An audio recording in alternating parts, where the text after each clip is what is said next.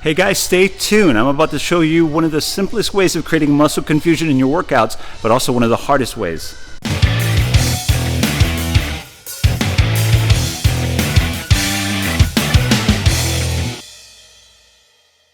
Okay, welcome to this episode of the 180 and 90, which I discuss the easiest way of creating muscle confusion on a similar set muscle split workout, but also one of the hardest. So what I'm doing on this one takes me back to the old high school days and college days when I used to be at my uncle's gym and literally just stick to one or two exercises for the entire workout. Because for this one, for about an hour and 15 minutes, all I'm doing is a barbell squat and low incline dumbbell bench press. That is it, those two exercises. And between those two, I'm doing a total of 15 sets each, superset style. Squats first, then going over to the incline bench. And let me tell you how it's set up. Okay, so I'm setting up this superset also in a pyramid style. And if you're not familiar with what the pyramid style is, it starts off with a lower amount of weight with higher repetitions at the bottom of the pyramid and starts to make its way up the pyramid by doing heavier weight and lighter repetitions. So at the very top of the pyramid, the very point of it, you're going about the heaviest you want to go for that day with the least amount of reps. And then you turn around and you come all the way back down, lowering the weight, raising the repetitions until you get back to right about where you started. So I'm doing about 15 sets and we started off nice and smooth and my shoulder is loving this. So it's allowing it a good amount of time to warm up in the same type of movement and in the same type of flexation of the muscles. So it's really enjoying this and it allows me to actually go stronger and heavier than I thought I had the capacity for, which is really nice. Now, a lot of different fitness professionals will advise you when you're doing the pyramid style set buildup that you should go all the way to about a 1 rep max. Some say you should never do anything less than maybe 3 sets or 3 repetitions in your max sets. Some say to never go less than 5 repetitions. For myself, I think they're all fine depending on how you're trying to train. I myself try to take the heaviest that I can go, do about 2 or 3 sets with that heaviest amount for about 2 to 3 reps. And I'll just sit right there and allow my body to feel that heavier weight after doing all those sets before it. So usually when I hit the heavier weights for 2 or 3 repetitions a set, that's usually going to already be on like my 9th or 10th set or even 8th set, and then work those 3 before I start heading down and dropping the weight and getting the repetitions back in, which by that point my body is feeling like noodles. So a lot of beginners might ask, how is this muscle confusion if you're really just doing 2 exercises but you're working the same body parts on the same day that you normally would? Well, think of it this way. Your body gets accustomed to throwing in my case, 3 to 4 different exercises per body part, making that a total of 6 to 8 different exercises that you're doing in that 1 to 1 and a 15-minute hour session. In this case, I'm only doing 2 exercises and the same movements over and over again, but pyramiding and going heavier and heavier for less rep. And then once I've reached and exhausted the point that I can't push anymore on the heavier weight, I go back down, lower the weights, go for higher repetitions, and just push myself till my body is noodles. And when you really push yourself in this way with just focusing on 2 exercises for an hour to an hour and a half, you'll be amazed at what it will do for you as overall strength. So something we would do back in the days where my uncle at his gym used to chain us to the squat rack for an hour and a half, maybe not literally, but you know what I mean. We would sit there and me and the boys would just go back-to-back sets of squat and giving us ample rest to rebuild up those glycogen stores and just push for strength. And nothing really made you much stronger than that. Again, this was more of a pyramid strength training type of style before we went into the hypertrophy of really building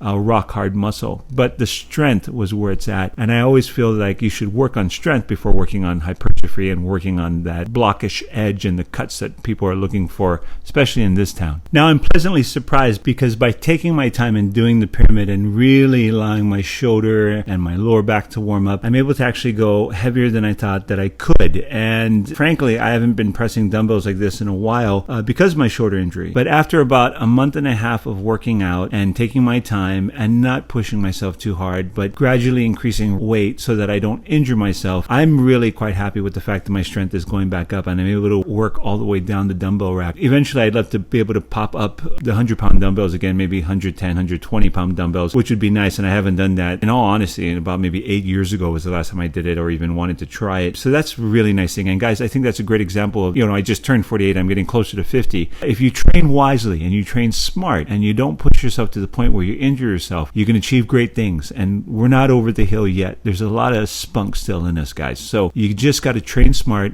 eat right, just make sure that you're putting in the time in the gym. So guys, that's it for me today. Thanks for tuning in to the 180 and 90 again. I hope you learned something new about the simplicity of muscle confusion and the beauty of pyramid sets and working out this way. Again, if you like what you've been learning, please hit the like button. Go ahead and subscribe to my channel if you could and you're not already. That really pumps me up and I'm super appreciative of that. And of course, hit the notification bell so you'll know every time we put up a new video. Now guys, just to let you know, this is the 180 and 90. It's a daily vlog and it's going to continue for a while. When I'm done with my journey, I have a couple other people that we're going to be putting up that I think you're going to enjoy to watch, and I'll break that news later on down the road. But I'm also going to be starting up another type of weekly vlog that I think you guys are going to be interested in, and I'll give you more information on that as well as later too. And I hope you guys have an incredible day. You take care and I'll see you later, okay? Bye-bye.